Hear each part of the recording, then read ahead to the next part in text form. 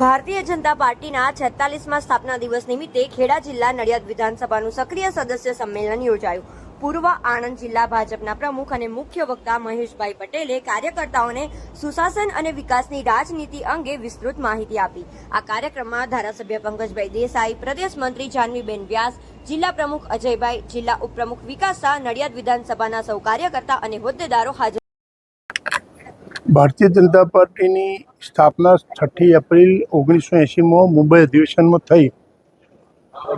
એના પ્રતિક રૂપે દર વર્ષે ભારતીય જનતા પાર્ટી સ્થાપના દિવસ ઉજવે છે।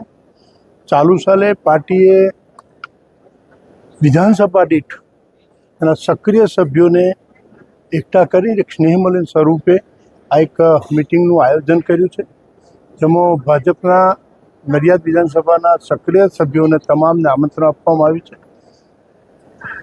અમારા જેવા કંઈક લોકોને આ સમયે ભાજપની ગતિવિધિ સ્થાપનાથી લઈને આજ દિન સુધીની પૂર્વના જનસંઘની વાત કરવા માટે, નવા આવેલા કાર્યકરો હોય એ પણ લોકોને એ મુદ્દા સમજાવવા માટે એક સુગ્ન પ્રયત્ન છે, પ્રયાસ છે કે જેથી કરીને કાર્યકરો ભાજપની નીતિ રીતિથી વાકેફ થાય અને નરેન્દ્રભાઈ, અમિતભાઈ, નડ્ડાજી, યોગીજી જેવા ધુરંધર આપણા નેતાઓ દેશ માટે જે કામ કરી રહ્યા છે એ કામને જાણે, પીછાણે, ઓળખે અને એને અનુરૂપ થવાનો પ્રયત્ન કરે, એનું એક આ ભારતીય જનતા પાર્ટીનો પ્રયત્ન છે।